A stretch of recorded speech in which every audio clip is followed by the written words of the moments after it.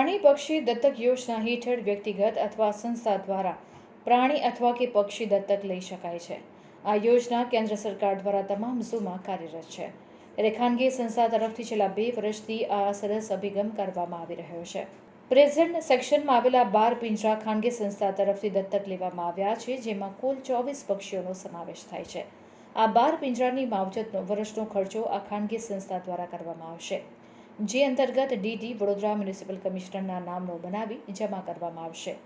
પાલિકા તમામ અધિકારીઓ તેમજ પદાધિકારીઓનું આવા પર્યાવરણલક્ષી તેમજ સેવાકીય પ્રવૃત્તિમાં પૂર્ણ સાથ સહકાર, સહયોગ અને માર્ગદર્શન આપશે।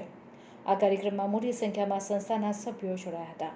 કાર્યક્રમમાં વડોદરા મહાનગરપાલિકાના સયાજી ઝોનના ક્યુરેટર પ્રત્યુષભાઈ પાટણકર તેમજ સંસ્થાના હોદ્દેદારો, સાંસ્કૃતિક સમિતિના ચેરમેન વર્ષાબેન વ્યાસ અને વાઇસ ચેરમેન જ્યોતિબેન પટેલ આ કાર્યક્રમમાં ઉપસ્થિત રહ્યા હતા।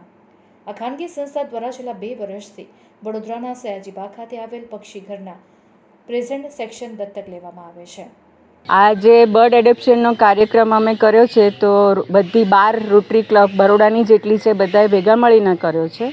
અને એનો હેતુ એ છે કે કોર્પોરેશન જે આટલો સરસ ગાર્ડન મેન્ટેન કરે છે એને અમે સપોર્ટ કરીએ ને એન્વાયરમેન્ટને અમે સપોર્ટ કરીએ, જે અમારો એક ફોકસ એરિયા છે। રોટરીને તો ઘણો જ ફાયદો થાય છે ને આમ જનતાને એટલો ફાયદો થાય છે કે આ જે બર્ડ અમે એડોપ્ટ કરીએ છીએ એને સપોર્ટ મળે છે અને એને બેટર કંઈ પણ સુવિધા અમે આપવા તૈયાર હોઈએ છીએ। અને રોટરીને ફાયદો થાય છે કે આ કરવાથી અહીંયા જે આવે છે જોવા માટે બર્ડ્સ, એનું રોટરીનું એક્સપોઝર મળે છે, એટલે અમારે રોટરી શું છે એ લોકોને ખ્યાલ આવે છે।